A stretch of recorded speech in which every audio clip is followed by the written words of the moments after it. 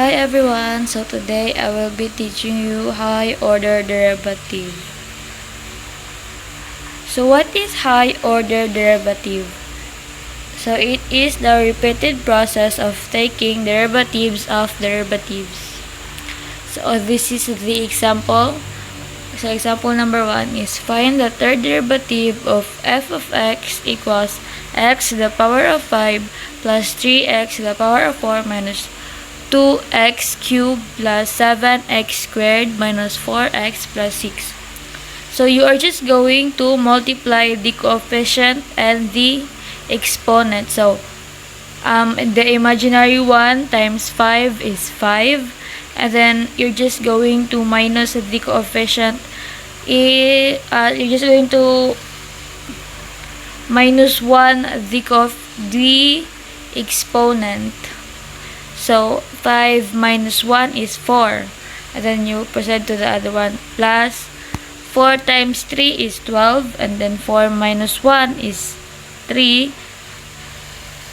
And then you're just going to continue it until you will reach to the third derivative. So for example, you've done with the first derivative.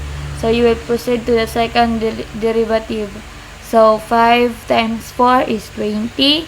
And then 4 minus 1 is 3. And once you're done with the second derivative, we're going to the third derivative. So 20 times 3 is 60. 3 minus 1 is 2. So the answer is 60x cubed plus 72x minus 12. Since we are looking for the third derivative. So if you want a simpler example, here we have find the third derivative of f of x equals x to the power of 7. So you're just going to multiply the coefficient and the exponent. So imaginary 1 times 7 is 7. Then you're just going to minus 1 the exponent. So 7 minus 1 is 6.